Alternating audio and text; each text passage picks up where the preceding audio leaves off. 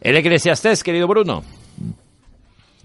Pues bueno, como habíamos comentado antes en la introducción, pues el Eclesiastés forma parte del grupo de libros sapienciales del Antiguo Testamento, todos interesantísimos, pero especialmente este, ¿no? Los grupos sapienciales, hubo un jesuita teólogo que los llamó una oferta de sensatez. Son todos una oferta de sensatez y además una oferta universal, porque no son libros que estén dirigidos a los judíos, al pueblo judío en general, a los hebreos, sino que están dirigidos al hombre en general, son universales en ese sentido y son humanistas y filosóficos más que teológicos estos libros. Entonces, ¿son un poco de autoayuda? Son un poco de autoayuda, sobre todo los proverbios. Yo, de los editores, cogería los proverbios, los empaquetaría independientemente en forma de libro. ¿Los pondrías en sobrecillos de azúcar? Y lo lanzaría como uno de los mejores libros de autoayuda que existen para todas las culturas y para todas las religiones. Realmente los proverbios, que son, pues como su nombre indica, una colección de proverbios, de refranes, es como una especie de refranero, de concepción judía, pero de validez, yo diría, universal. Y yo considero que sería uno de los mejores libros de autoayuda que se puede leer en este momento. Pues eso, nos encerramos un mes de agosto tú y yo, sacamos los proverbios refranes, cambiamos un poco las palabras, pues pillamos un seudónimo y lo lanzamos, Y lo lanzamos, sí. ¿Y sin seudónimo? No, con seudónimo, deja. Tampoco... La mayoría de libros... Además, un seudónimo Jonathan Springer. No. Os ofrezco el mío, Sergio Batís. Sí. Lo que pasa es que habría que hacerlo muy bien porque son muy conocidos, han sido muy citados durante de cientos y cientos de años. Por eso le damos entonces, una vueltecita y ya está. Sería difícil poder escamotearlo, ¿no? Nos pillarían rápidamente. Pero yo considero que sería los proverbios, sobre todo por la concepción y por el estilo literario, un libro de autoayuda fantástico, sí. Y este Eclesiastés a mí me ha impresionado siempre porque, como hemos dicho antes, es un libro bastante punk. Este, junto con el libro de Job, son los dos libros más punks. Ya, otra vez, el libro de Job también se engloba en la Biblia. También. En la Biblia está todo. Claro.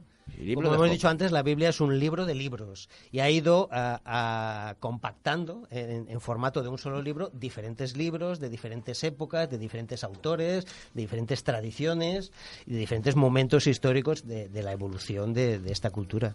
Es un libro fantástico desde el punto de vista literario, independientemente de cuál sea tu fe. Desde el punto de vista literario es una de las mejores obras. ¿Te refieres a la Biblia? Sí, la Biblia en general, ¿no?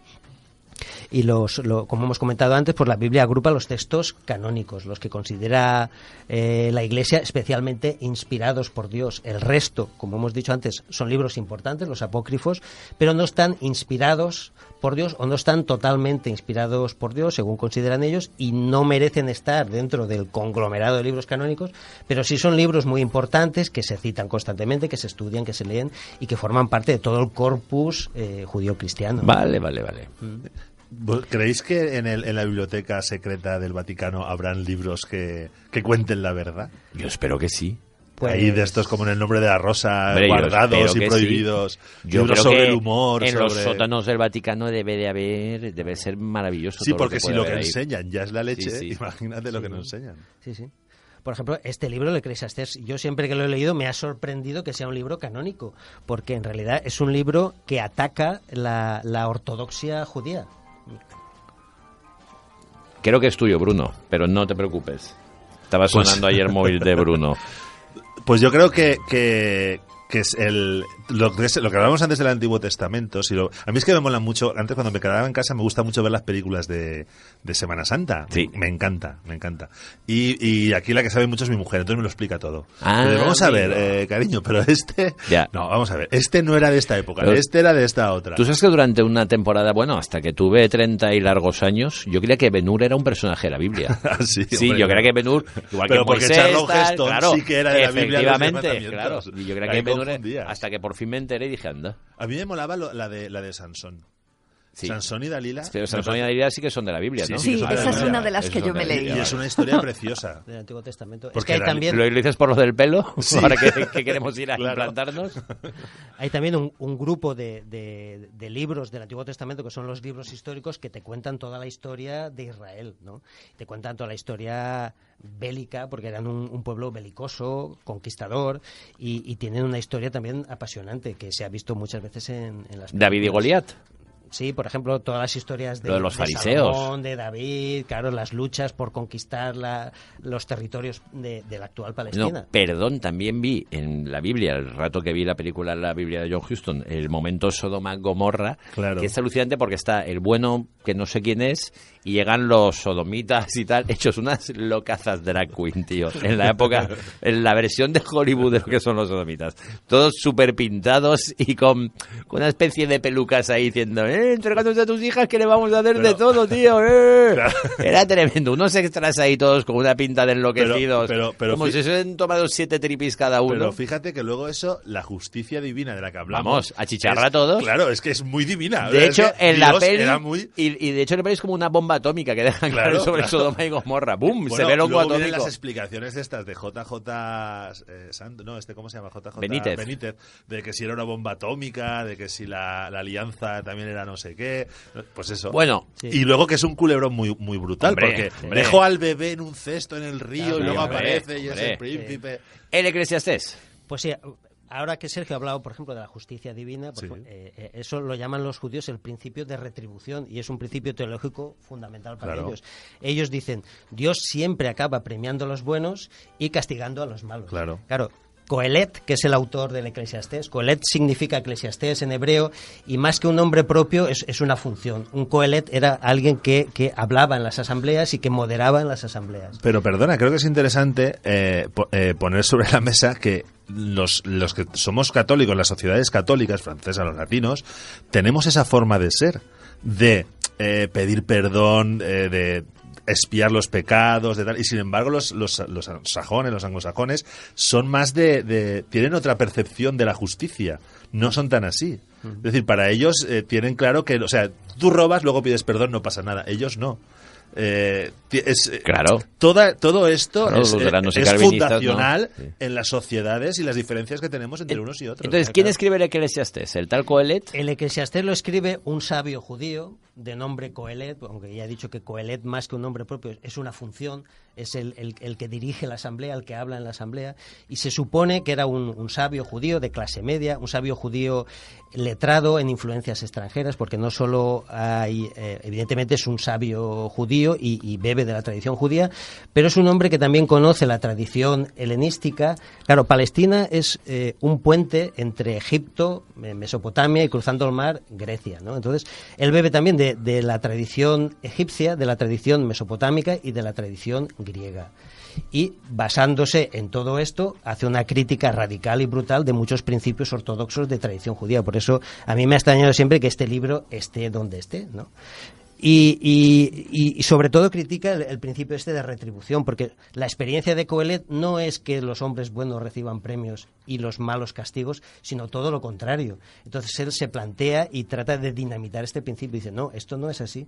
Eso se salva posteriormente y dicen, bueno, si no en esta vida, En eso la ya otra. es casi Vale. al final del Antiguo Testamento, si no en esta vida, sí lo premiarán o lo castigarán en otra vida, en el más allá, por ejemplo, que esto ya aparece en el Nuevo Testamento y al final del Viejo también empieza a aparecer. Entonces, bueno, en esta vida quizá no, pero en la siguiente, en la otra vida, sí se compensará y se premiará a los buenos y se castigará a los malos. Claro, porque Pero- ¿cuántos hombres malos a base de sus fechorías se les ha ido bien en la vida? ¿Y cuántos Claro. hombres buenos han Pero, muerto en la en ese ruina? aspecto- Pues el Eclesiastés está lleno de ese tipo de reflexiones Pero- y de una reflexión fundamental que yo creo que vertebra todo el Eclesiastés y que dice ¿por qué tanto afán? ¿Qué conseguimos con tanto afán? Persiguiendo riquezas, persiguiendo fama, persiguiendo sabiduría. Al final todo es vanidad de vanidades. De hecho, el libro empieza con esta frase, Vanidad de vanidades, y acaba también de forma circular con esa frase, vanidad de vanidades, todo es vanidad, ¿no? Todo está vacío, nada tiene sentido, todo es huero.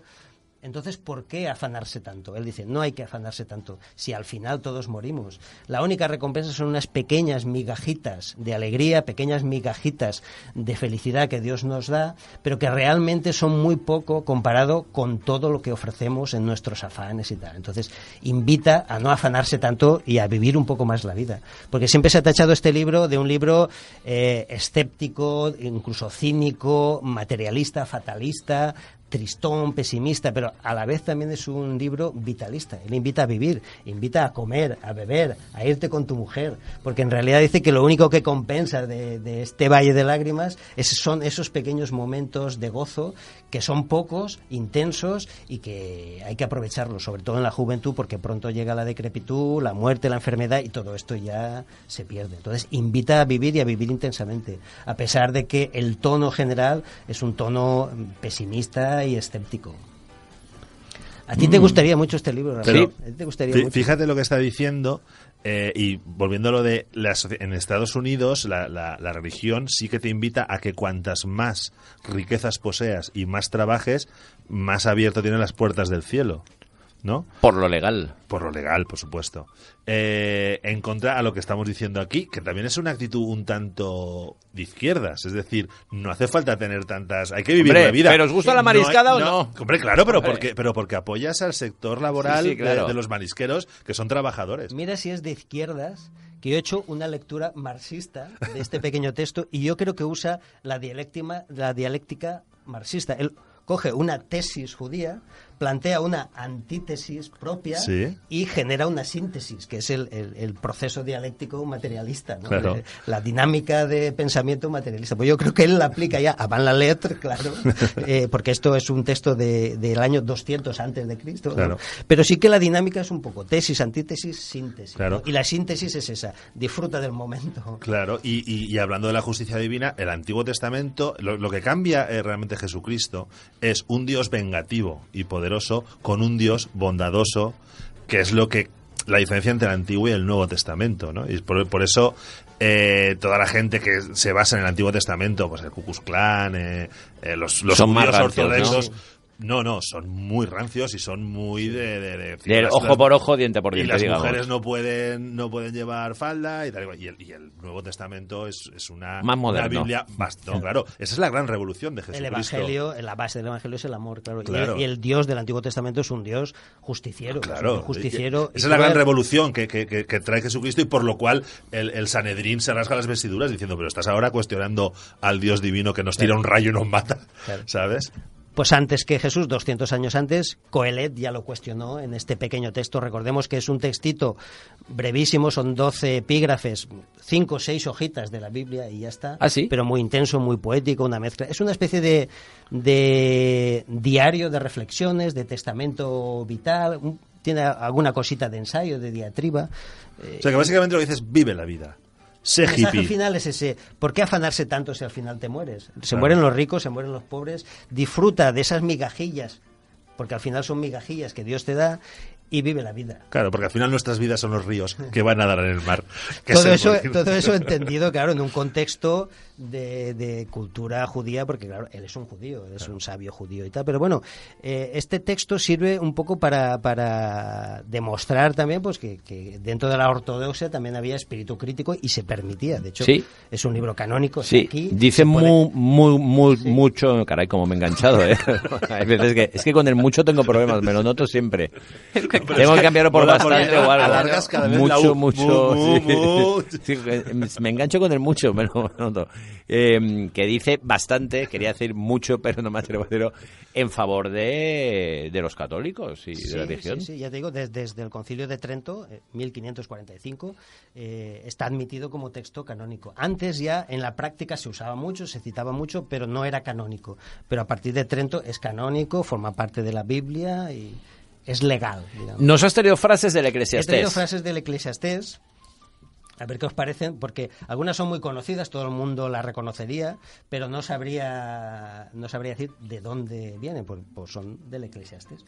Por ejemplo, más vale maña que fuerza, Sí. es del Eclesiastés. Mira, bueno. Qué bueno. Es del Eclesiastés. Es una tradición que hace Stöckel, un jesuita que ha traducido muy bien la Biblia. del Fíjate, hebreo y tal. gran frase que luego acabó en un anuncio de estropajos. Sí. Y una cosa Sí, rara. pues es del Pues viene del Eclesiastés, fíjate, Del Eclesiastés. 300 años antes de Cristo. Esta, por ejemplo, que es muy conocida, que como he dicho antes, inicia el libro y lo termina de forma circular, ¿no? Vanidad de vanidades, todo es vanidad, ¿no? Todo es carente de sentido, todo es güero, todo está vacío, en ese sentido, ¿no? Esta también es muy conocida. Lo que pasó, eso pasará. Lo que sucedió, eso sucederá. No hay nada nuevo bajo el sol.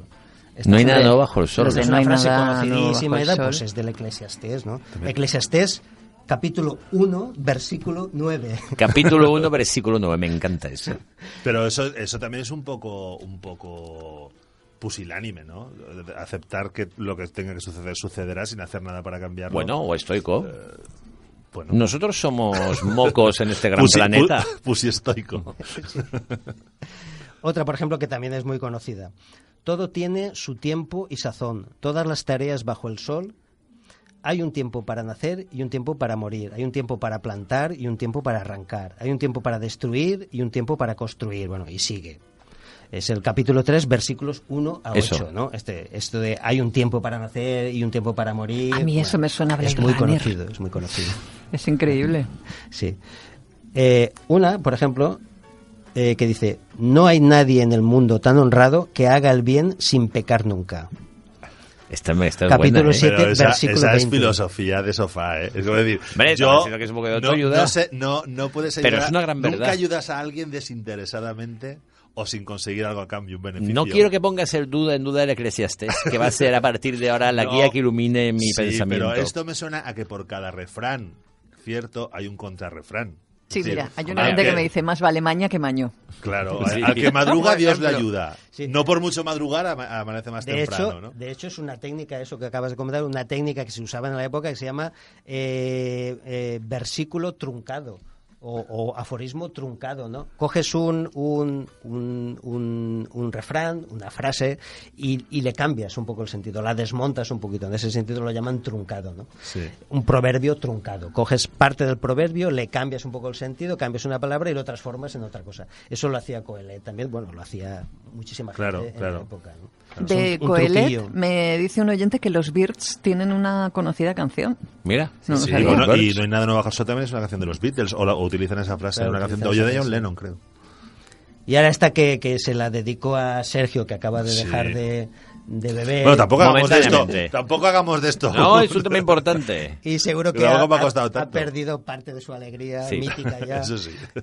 Que dice, yo alabo la alegría, porque el único bien del hombre es comer, beber y alegrarse. Eso le quedará de sus trabajos durante los días de su vida que Dios le conceda vivir bajo el sol. Pues mira, me gusta, pero voy a añadir algo. Si eso fuera así, ¿por qué Dios nos hace engordar cuando bebemos y comemos? Deberíamos estar más delgados. Porque- Y así comer y beber todos los días. Porque Porque todos, seguramente estarás claro. pagando Claro. algún pecado. Pero ¿por qué tenemos que pagar por cosas que no hemos ¿Por qué no hecho? puede salir gratis, Sergio? Mira a Ignacio Ya. González. Mira Ratos, mira todo Pues esto. yo reivindico mi derecho a ser feliz. Delgado. Y ahora he seleccionado dos que yo creo que define muy bien la actual situación política, bueno, o de la política en general, ¿no? Yo creo que son especialmente aplicables en el campo de la política, ¿no? Uno, por ejemplo, capítulo 5, versículo 4, que dice, mejor no hacer promesas que hacerlas y no cumplirlas. Muy bien. Claro. Y otro que dice, hay un mal que veo bajo el sol. Los necios son elevados a altas dignidades, mientras que los aptos están en puestos humillantes. Eclesiastés, capítulo 10, versículo 5. Capítulo 10, Hay- versículo hay 1. una Qué can- gran verdad. Y ya pasaba Sí, 300 ya pasaba. años antes Sí, sí, sí. de que viniese No, no, Jesucristo. ya hay una canción 300 años que antes. recomiendo a todo el mundo que la oiga, que se llama Cambalache, que es un Sí, el tango. Habla de eso. De eso. Que, No, pero eso ha pasado siempre. Que ha pasado siempre. Es decir, no es la aptitud de uno, es la habilidad para llegar a un sitio. O sea, aunque seas un necio, si tienes habilidad para llegar alto. Oye, lo harás. veo que lo de bajo el sol se repite siempre, es una Bajo el sol, fijación sí, lo sí, de sí, estamos sí. aquí bajo el sol, bajo el sol, sí, y sí, esa sí. conciencia de estar ahí a la solana. Bruno, ¿algo más del Eclesiastés? Pues nada más, yo creo que ya hemos dado 4 pinceladas para situar a la Hemos gente. cumplido con la Semana Santa y la Pascua. Oye, el libro cumplido. que me recomendó, que me lo llevé de viaje, El ¿Cuál? Perseguidor. Sí, el de Cortázar. El de Charlie Parker, brutal, ¿eh? Brutal. Hay una frase que me encanta también, no me la hago porque lo voy combinando con el de Lemmy, que también me lo lleva la autobiografía. ¿Qué tal la autobiografía de Lemmy? Tiene unos momentos. Pásamela en cuanto la acabes. Tiene unos momentos, voy a por hacer, estoy disfrutando. Tiene unos momentos. Hay uno que dice: yo tenía un amigo que tenía un brazo ortopédico y entonces por las noches íbamos al campamento de las Boy Scouts a tirarnos a alguna. Y entonces al amigo lo pillan y dice: yo estaba medio dormido, veo por la tienda de campaña y veo a mi amigo sin el brazo desnudo y la profesora con el brazo pegándole en la cabeza. Es brutal. Y luego Cortázar tiene una frase que me encantó, que me decía: es fiel como el mal aliento. Oh, Me encanta. qué bueno, Sí, sí, qué es que bueno. Es un libro, le recomendé un libro que incluye El perseguidor y 4 o 5 cuentos más Sí. que todos ellos se han llevado al cine. Eran 5 o 6 cuentos, todos llevados al cine de Cortázar, ¿no? Sí, Cortázar tiene Sergio, pluma como afilada, ¿eh? cinéfilo, Hombre. le podía interesar. Bruno Montano, muchísimas gracias por desasnarnos una vez más, sobre todo a mí. A partir de ahora les voy a citar el Eclesiastés. Léete el Eclesiastés. Me lo voy a leer. En media horita te lo has leído y Me es lo un voy a libro leer. espectacular, ¿eh?